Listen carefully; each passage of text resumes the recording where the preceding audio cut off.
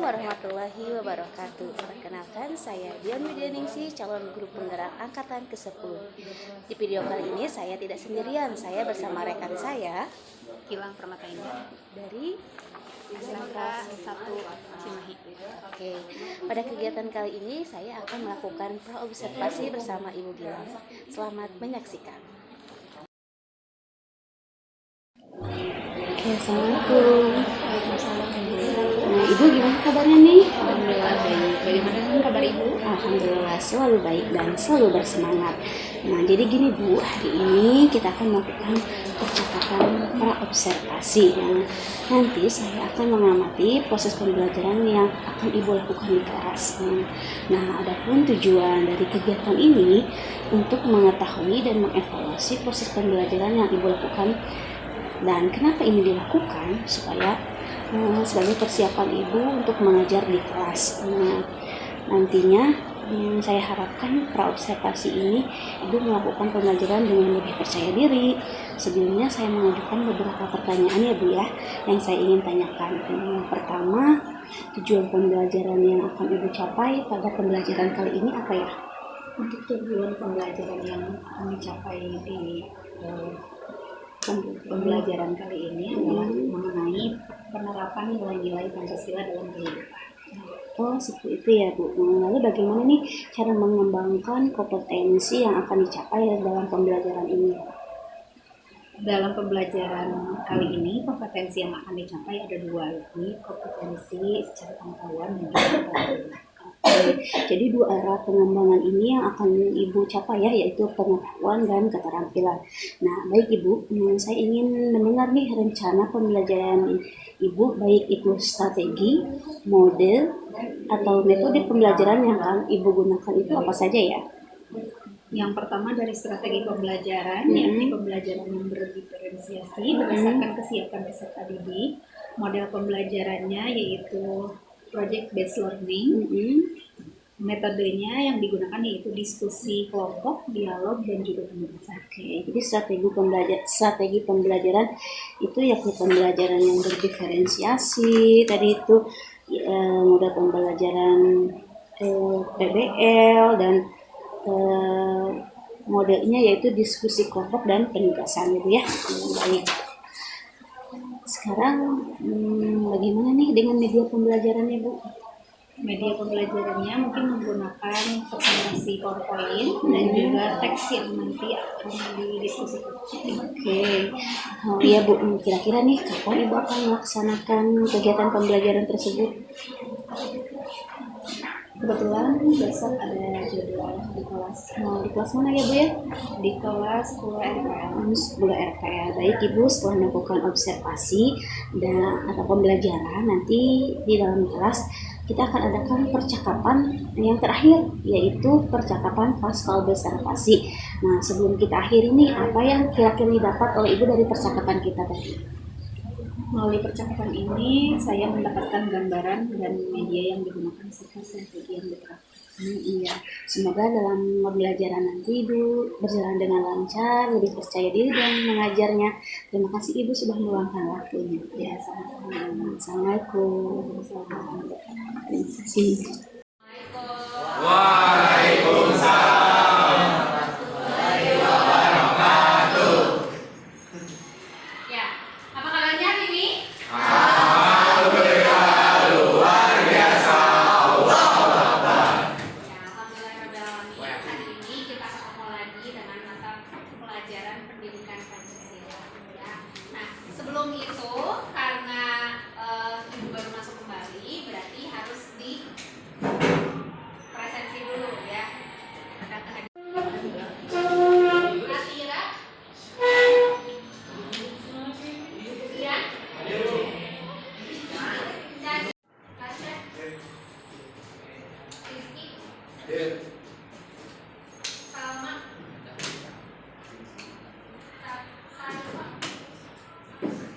Saima.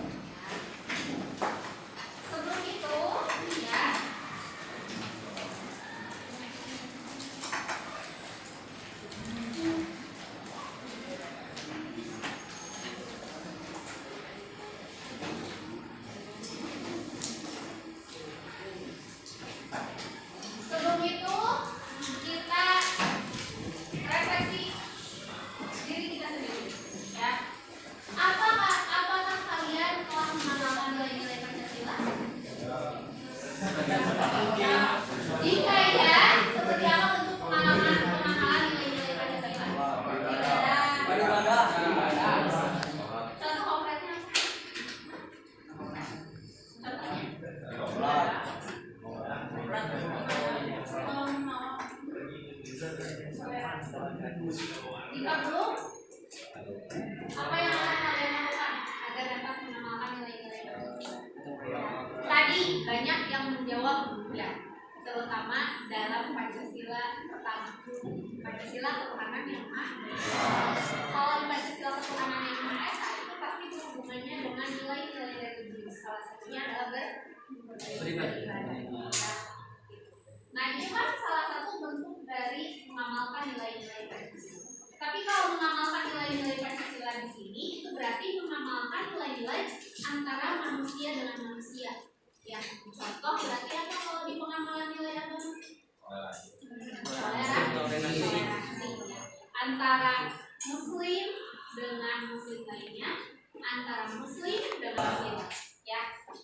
Nah, Pancasila sendiri kalau misalnya dilihat dari sila yang pertama, ya itu pasti banyak yang telah kalian lakukan, ya. Mulai tadi, apakah kalian pernah berkonflik dengan orang yang berbeda agama, ya? Atau kalian misalnya pernah berkonflik dengan cara beribadah seseorang, atau misalnya kalian pernah nggak merasa cara beribadah kalian tuh ternyata lebih baik daripada ibadahnya orang lain, ya? Nah itu biasanya ada di penerapan Pancasila yang enggak, gotong royong sila berapa? 5. Coba kalau sila ketiga berarti apa nih yang masuk pertanyaannya tentang nilai-nilai? Sudahkah kalian mencintai tanah air? Terus apa lagi kira-kira?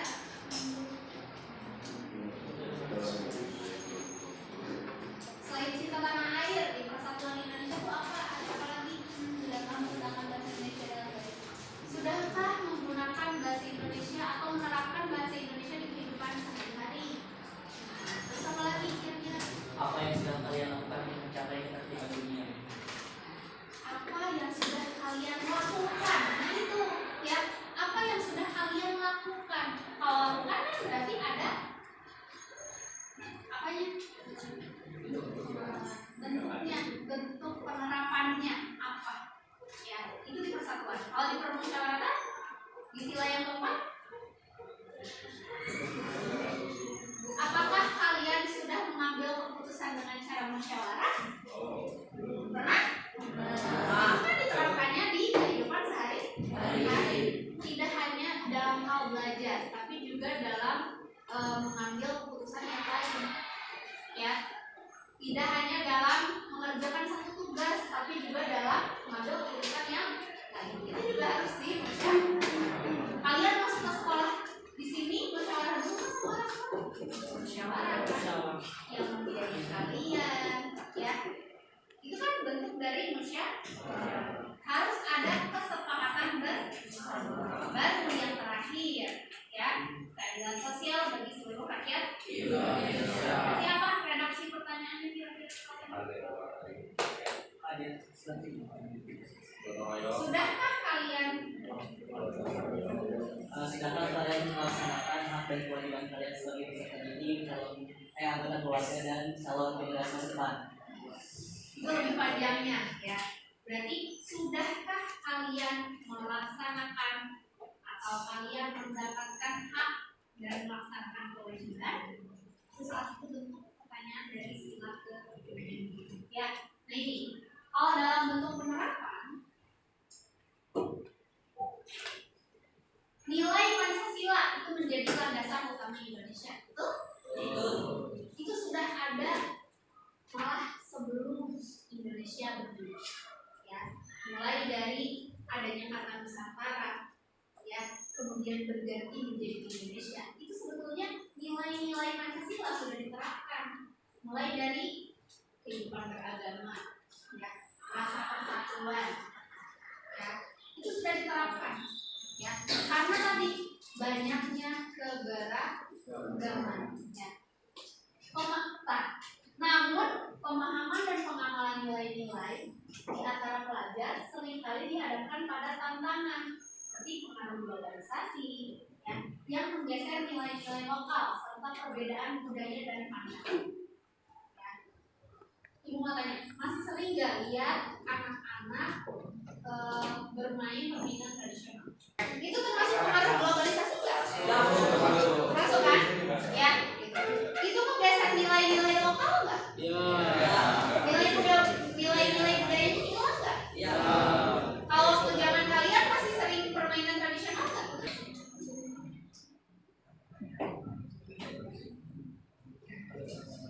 Ikut, malas, budaya, ya. Terus nilai-nilainya mungkin salah satunya ada di sila ketiga Persatuan Indonesia, yaitu ada rasa kebersamaan.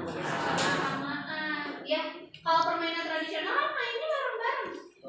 Iya sih, main Mobile Legends itu pasti ada yang namanya mabar, main bareng. Betul nggak? Tapi kalian interaksi nggak sama teman kalian? Interaksi, tapi fokusnya ke mana? Ke handphone, ya. Tidak bertatap muka secara langsung. Ya, itu nilai interaksi antara manusia ke manusianya itu pasti berkurang. Ya, walaupun mabar main bareng judulnya, ya. Tapi kan yang fokus ke handphone, bukan ke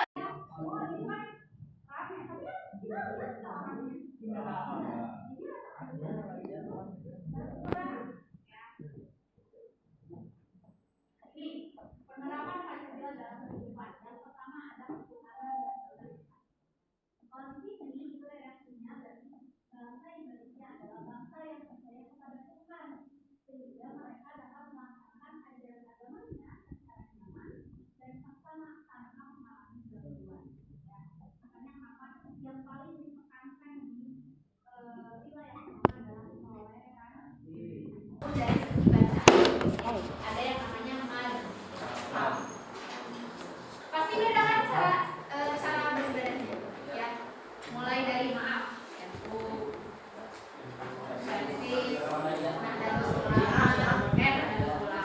Muhammadiyah itu pasti cara beribadahnya ada perbedaan, ya. Walaupun tetap tujuannya sama, beribadah kepada Allah SWT, ya. Kalau misalnya di Kristen kan makanya kenapa ada dua, misalnya ada Protestan, ada Katolik. Itu kan berarti ada ortodoks juga kan? Ada cara beribadah yang berbeda, ya. Terus yang kedua, kemanusiaan yang adil dan beradab, ya. Setiap bangsa Indonesia dijunjung tinggi, diakui dan diperlakukan sesuai dengan harkat dan martabatnya selaku ciptaan Tuhan yang Esa. Nah, yang paling ditekankan dalam penerapan nilai Pancasila di sila kedua adalah kemanusiaan serta adil dan beradab.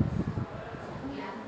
Kata kemanusiaan itu paling dijunjung tinggi karena kemanusiaan itu punya hak yang paling universal. Hak apa itu? Hak yang paling universal yang semuanya manusia itu harus punya, harus dapat. Hak hidup, hak yang paling harus dituntut gitu ya. Oleh setiap manusia itu adalah hak untuk hidup. Kalau misalnya hak untuk hidup itu tidak dijunjung tinggi atau tidak dituntut hak kita, akan banyaknya apa? Pembunuhan, terus lagi kejahatan perang, ya. Contoh mungkin kayak di beberapa negara yang melegalkan adanya senjata api, ya. Salah satunya USA atau Amerika Serikat, ya. Karena banyaknya peredaran senjata api atau dilegalkannya jual beli senjata api, itu semakin banyak korban atau banyak orang yang kehilangan hak untuk hidup, ya. Penembakan di sekolah, contohnya kayak waktu di Texas, ya. Banyak, ya. Itu. Terus juga ada kata adil dan juga beradab, ya. Kalau kata adil dan juga beradab berarti yang paling dijunjung tinggi itu rasa keadilan.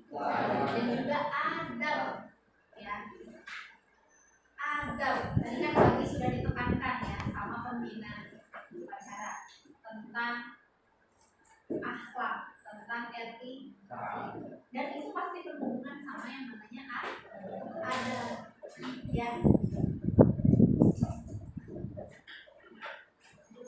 Permasalahan tersebut, misalnya semakin banyaknya berita palsu, berarti solusi yang pertama itu tidak boleh menyebarkan sembarangan berita. Itu berarti dimulai dari siapa dulu? Dari diri kita ya. Jangan langsung share informasi yang belum tentu benar ya. Itu salah satu solusi. Nah itu kalau tidak ya berarti bukan ya. Nah ini setiap kelompok memberikan penilaian dan tanggapan, berarti boleh memberikan pertanyaan, kritik maupun saran ya dari apa yang disajikan oleh teman kalian ya. Penyajiannya nanti boleh berbentuk PPT, boleh berbentuk poster ya. Jadi dua, boleh poster, boleh berbentuk poster, boleh berbentuk PPT ya. Yang penting nanti disajikan di forum diskusi. Paham ya? Paham? Sekarang kalian boleh duduk sesuai kelompoknya masing-masing. Cari dulu topik yang mau dibahasnya apa, kan?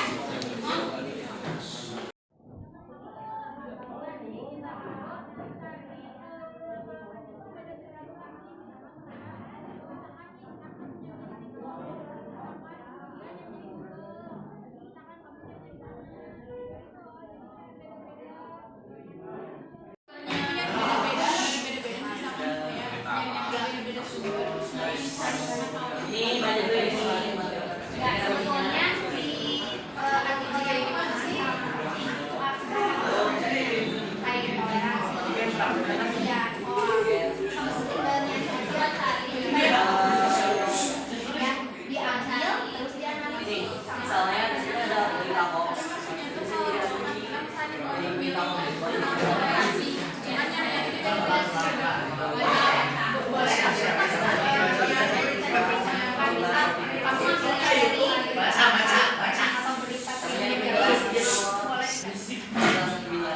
Yang penting pertanyaannya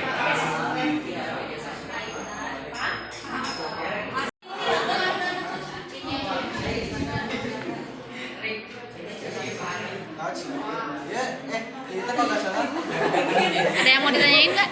Enggak. Aman? Intinya kita topiknya ngiblat ke sini lah. Ya, topiknya tetap ngiblat ke artikel yang pertama. Enggak.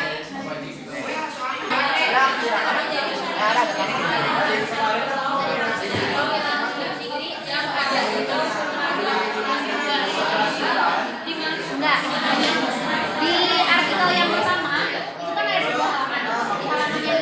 Di halaman yang pertama ada jelas tentang kuncinya. Ada intoleransi, ada hoax, ada ujaran kebencian. Nah itu bisa dilihat sebetulnya yang berkaitan sama ini nih, ada nih dari Detikcom. Duduk perkara jemaat gereja di Binjai dibubarkan paksa harus dan beribadah ya bisa oleh sekelompok masyarakat itu sama atau mau cari sumber ya boleh dari Sandra cari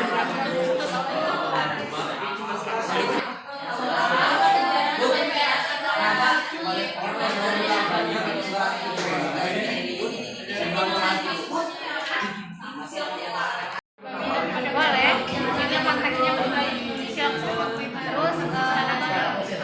Indonesia terus permasalahan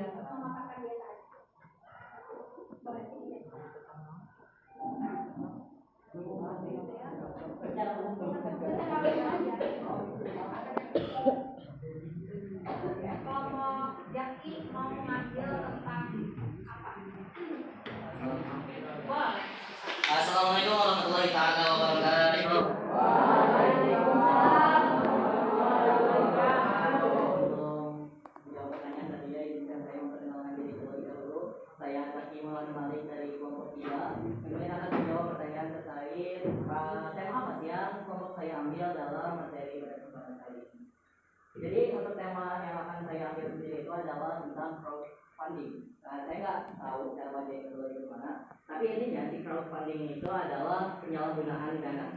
Gampangnya kayak gitu aja. Kalau misalkan ada pertanyaan apa keterkaitannya dengan Pancasila ataupun digitalisasi, jadi crowdfunding itu kan tadi ya penyalahgunaan penggalangan dana.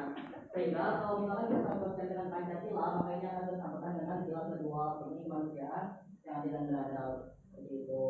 Karena di crowdfunding itu ada beberapa jenisnya, salah satunya ada social crowdfunding, yang dimana tujuan dari penggalangan dananya itu adalah untuk mensejahterakan masyarakat lain, seperti itu. Sehingga ya ini masih ada softwarenya dengan sila kedua, ini kemanusiaan yang adil dan beradab. Dan jika kita tautkan dengan crowdfunding ini di zaman yang serba mudah kayak zaman kita sekarang ini itu semakin mudah untuk dilakukan. Kayak kalau misalkan kita melakukan penggalangan dana di zaman dahulu, mungkin itu perlu dilakukan di suatu event yang besar-besaran, kayak suatu masyarakat itu harus berkolektif di satu tempat kemudian mengumpulkan uang secara manual gitu kan. Sedangkan di zaman sekarang yang serba mudah, si crowdfunding atau penggalangan dana itu bisa dilakukan dengan mudah, misalnya dengan transfer online, dan lain sebagainya, itu kan mudah. Nah tapi karena digitalisasi ini juga, jadi ini tuh menjadikan crowdfunding itu sudah bermata dua. Kenapa? Karena di zaman dulu yang dimana crowdfunding ini dilakukan secara offline atau secara langsung gitu, tingkat kejahatan untuk melakukan dari hal itu rendah karena lebih ketat dalam pengawasannya. Sedangkan ketika dilakukan secara online itu kemudian lebih ketat untuk melakukan kejahatan karena itu kurangnya pengawasan khususnya dari pemerintah. Jadi, makanya secara spesifiknya kasus yang saya ambil pada materi kali ini adalah penyalahgunaan crowdfunding karena digitalisasi tadi, misalnya apa, korupsi. Terima kasih.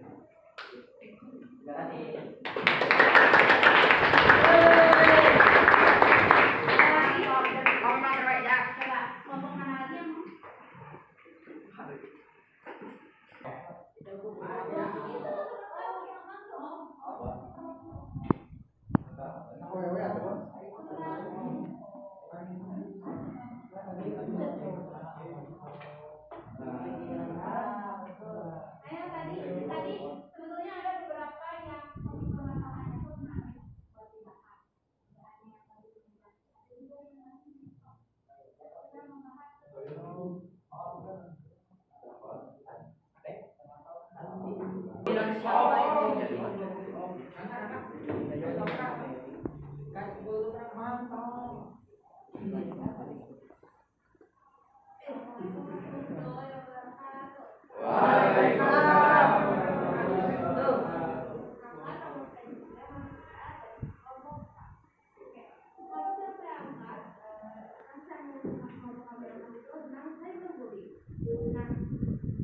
Kenapa sih saya berguling itu menjadi suatu yang kenapa? Karena selain tentang proses, kita malah sama proses dalam teknologi itu juga berkaitan dengan Pancasila yang telah kedua, yang mana kemanusiaan yang adil dan beradab.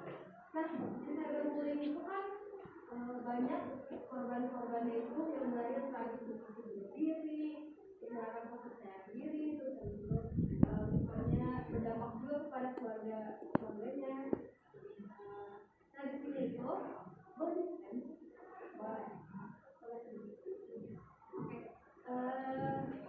korban yang disangkat itu adalah Yoga Cahya, yaitu sebagai penanggung jawab sebuah konser musik elektronik. Kemudian ternyata gagal, terus diberikan sama warga sekitar ataupun yang ibunya atau dihakimi lah secara dari jadi dia di akun media sama apa, kemudian dia akhirnya belum menambahkan dirinya di mereka. Terus untuk apa sih solusinya? Itu biar kita nggak pandang satu kasus itu dari satu kasus. Jadi kita cari dulu, research dulu, oh kalau dari misalkan ini seperti ini, seperti ini. Jadi kita bisa tahu si korban ini salah. Mungkin dari saya. Assalamualaikum warahmatullahi wabarakatuh. Materi yang ibu sampaikan ini apa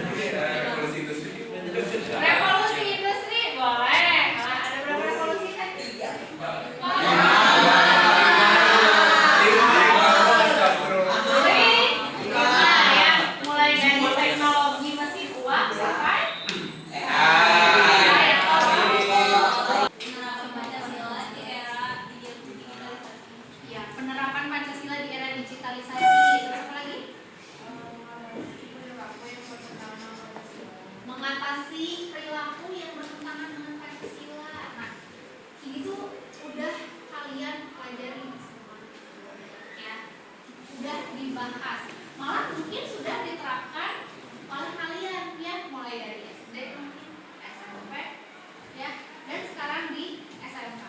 Yang mana SMK itu berarti tingkatannya sudah lebih tinggi, ya, karena kalian tuh mempersiapkan diri untuk terjun di masyarakat, ya. Kalian tuh mempersiapkan diri untuk terjun di masyarakat. Makanya kenapa masih terus harus dipelajari nilai-nilai Pancasilanya, penerapan dalam kehidupan sehari-harinya. Supaya apa? Supaya nanti ketika kalian hidup bermasyarakat itu tidak salah dalam mengambil keputusan, dalam mengambil langkah, ya. Ada penerapan nilai-nilai Pancasila, apalagi di dalam pendidikan Pancasila, itu sama pentingnya dengan penerapan nilai-nilai agama, ya. Karena dari Pancasila itu dari nilai yang pertama, nilai ketuhanan, sampai yang terakhir, nilai keadilan sosial, itu ada semua, ya. Kalau di Islam mungkin ada hablum minallah, ada hablum minannas. Kalau di Pancasila mungkin ada memanusiakan manusia dan juga apa? Kayak para robot. Mungkin sudah selesai. Minggu depan, ya, minggu depan mungkin kalian mempresentasikan atau memaparkan aktualisasi dari Pancasila, terutama penerapan nilai-nilai Pancasila dalam kehidupan sehari-hari, ya. Ibu tutup dulu untuk hari ini. Semoga kalian sehat, ya. Dan minggu depan kita ketemu lagi.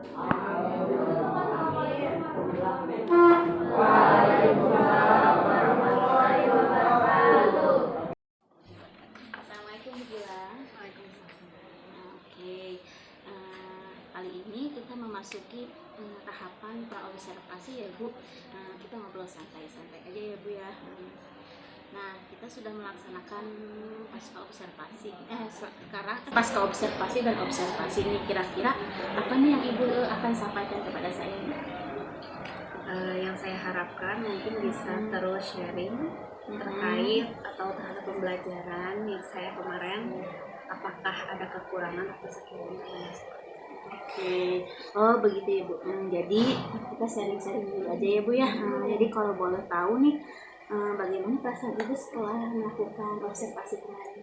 Alhamdulillah lega, ya, terutama setelah dilakukannya observasi. Pada awalnya Ibu merasa canggung atau gugup nggak ketika saya ada di kelas? Ya, canggung dan gugup ya, karena mungkin tidak terbiasa ada observasi kelas. Nah, alhamdulillah Ibu kegiatan kemarin juga sangat lancar ya Bu ya. Nah, saya ingin bertanya nih Bu, kira-kira ada rencana perbaikan yang ingin Ibu sampaikan dan dievaluasi dari Ibu? Nah, untuk pembelajaran, alhamdulillah saya masih banyak kekurangan dalam pembelajaran mengenai persiapan materi dan lain sebagainya. Kemudian anak-anak juga untungnya bisa bekerja sama karena bisa mengekspor apa yang mereka ingin tahu. Mereka bisa ya berdiskusi kemarin juga. Alhamdulillah ya Bu, semua rencana dan tahapan sudah berjalan terlaksana dengan lancar. Baik Bu, terkait tujuan pembelajaran nih, apakah anak-anak ini sudah tercapai sesuai dengan yang Ibu inginkan? Sudah Ibu, anak-anak sudah bisa menganalisis terutama mengenai artikel atau berita-berita yang memang berkaitan dengan penerapan nilai-nilai Pancasila. Oke, sudah Ibu ya, alhamdulillah bagus sekali tujuan yang sudah Ibu tercapai kegiatan pembelajaran yang kemarin. Nah, sekarang dari pelajaran yang kemarin ini Ibu rasakan sudah baik, yang perlu ditingkatkan apa ya? Mungkin pembelajaran secara berdiferensiasinya belum bisa tercapai secara maksimal. Kedepannya mungkin saya akan mencoba memperbaiki mengajar berdiferensiasi. Jadi menurut Ibu hal yang perlu ditingkatkan itu pembelajaran mengenai diferensiasinya Ibu ya. Selanjutnya, menurut Ibu nih, apa yang kurang dalam proses pembelajaran kemarin? Mungkin dari proses pembelajarannya, karena pembelajarannya dengan waktu yang cukup singkat juga, dengan materi yang padat, anak-anak tidak sepenuhnya selesai ketika melakukan diskusi, tapi analisis di materi yang disampaikan itu sudah cukup bagus. Bagus sekali Ibu pengembangannya, mulai dari mengikuti apa yang nanti pengembangan yang Ibu akan lakukan, rencana apa saja nih untuk pengembangan diri Ibu.